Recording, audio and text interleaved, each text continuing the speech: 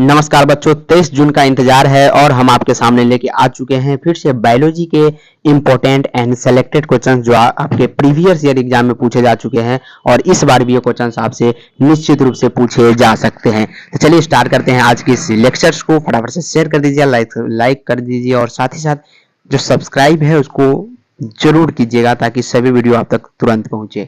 तो पहला number question है कि मास्टर ग्रंथि कौन कहलाती है।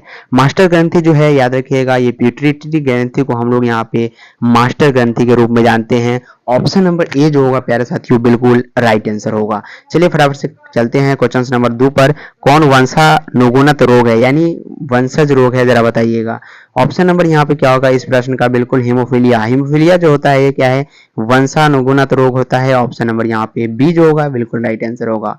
प्रोटीन का पाचन कहाँ होता है, प्रोटीन का पाचन कहाँ पे होता है, ये क्वेश्चन पूछे गए हैं। तो छोटी आंत कहाँ पे होता है प्यारे साथियों, प्रोटीन का पाचन कहाँ पे होता है, छोटी आंत में होता है, इसको जरूर याद रखिएगा।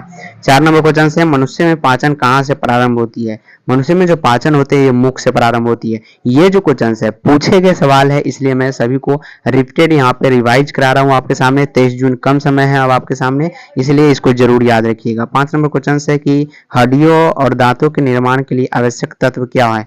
तो हड्डी और दांत के निर्माण के लिए जो आवश्यक तत्व होते हैं वो कैल्शियम और फास्फोरस दोनों होते हैं।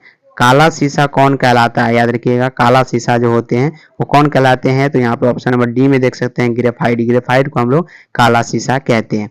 जीवन रक्षक हार्मोन कौन कहलाता है। जैसे कि आपको पता होगा कि 5 मिनट में हम 25 क्वेश्चंस को सॉल्व करते हैं। सेम टू सेम आज की क्लास में भी वही रूल रहेगा, कम समय ज्यादा क्वेश्चंस और आपके एग्जाम के लिए रामबाण सीरीज। तो जीवन रक्षक हार्मोन जो होता है एंड्रिनल हार्मोन को हम लोग जीवन रक्षक हार्मोन कहते हैं। ऑप्शन नंबर ए को यहाँ पे याद रखिएगा। नेक्स्ट क्वेश्चन है 8 नंबर की, पत्तियों का रंग पीला क्यों होता है। तो पत्तियों का रंग जो पीला होता है उसमें कैरोटीन के कारण, कैरोटीन जो होते हैं वो पत्ती के रंग को पीला करने के लिए उत्तरदायी होते हैं। ऑप्शन नंबर यहाँ पे डी जो होगा बिल्कुल इस प्रश्न का राइट आंसर होगा।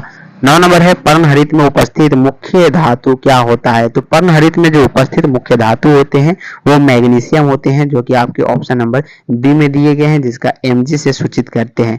मैग्नीशियम याद रखिएगा पर्णहरित में उपस्थित धातु होते हैं। मेंडल ने अपने प्रयोग के लिए किस पौधे का चयन किया था। तो मटर के पौधे का चयन जो है मेंडल ने अपने प्रयोग में किया था और 7 जोड़ी लक्षण दिए थे। पौधे का मुख्य प्रकाश संश्लेषण अंग कौन सा है। तो पौधे का मुख्य प्रकाश संश्लेषी अंग जो होते हैं वो पत्ती होते हैं, जो कि आपके ऑप्शन नंबर ए में है। यही प्रकाश से अपना भोजन प्राप्त करते हैं या बनाते हैं, याद रखिएगा। शरीर में अमीनो अम्ल की संख्या कितनी होती है। तो अमीनो अम्ल जो होते हैं 20 होते हैं, जो कि एसेंशियल अमीनो अम्ल है यानी आवश्यक अमीनो अम्ल है। चलिए, हवा में ध्वनि का वेग कितना होता है।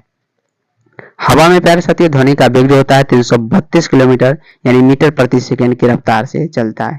कवकों का अध्ययन क्या कहलाता है। तो माइकोलॉजी। माइकोलॉजी में हम लोग यहाँ पे क्या करते हैं प्यारे साथियों, कवकों का अध्ययन करते हैं। याद रखिएगा क्या करते हैं, कवकों का अध्ययन जो है माइकोलॉजी में करते हैं। तो ऑप्शन नंबर ए को आप लोग जरूर याद रखिएगा। दूध में पाए जाने वाला शर्करा। जी दोस्तों, दूध में पाए जाने वाला यहाँ पे शर्करा क्या है ये पूछे गए आपसे, काफी इंपॉर्टेंट क्वेश्चन है। तो दूध में पाए जाने वाला जो शर्करा है वो क्या होता है, लैक्टोज इसमें पाया जाता है। क्या पाया जाता है, लैक्टोज।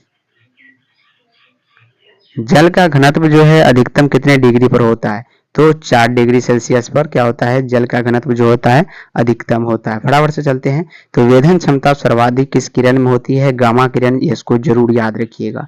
सबसे कम तरंगदैर्घ्य किस रंग में होती है, बैगनी। और सबसे ज्यादा पूछेगा तो लाल में होती है, याद रखिएगा। नेक्स्ट क्वेश्चन है यहाँ पे कि प्रकाश की चाल अधिकतम होती है, निर्वात में प्रकाश की चाल जो होती है अधिकतम होती है। अंतरिक्ष यात्री को आकाश काला किसके कारण दिखाई देता है, प्रकीर्णन के कारण। यहाँ पे याद रखिएगा ऑप्शन नंबर डी। चलिए, समुद्र का जल नीला किसके कारण दिखाई देता है। तो प्रकीर्णन के कारण। नीला जो प्रतीत होता है याद रखिएगा प्रकीर्णन के कारण होता है। तारे किसके कारण टिमटिमाते हैं। तो ये अपवर्तन के कारण। तारे जो होते हैं किसके कारण टिमटिमाते हैं, अपवर्तन के कारण।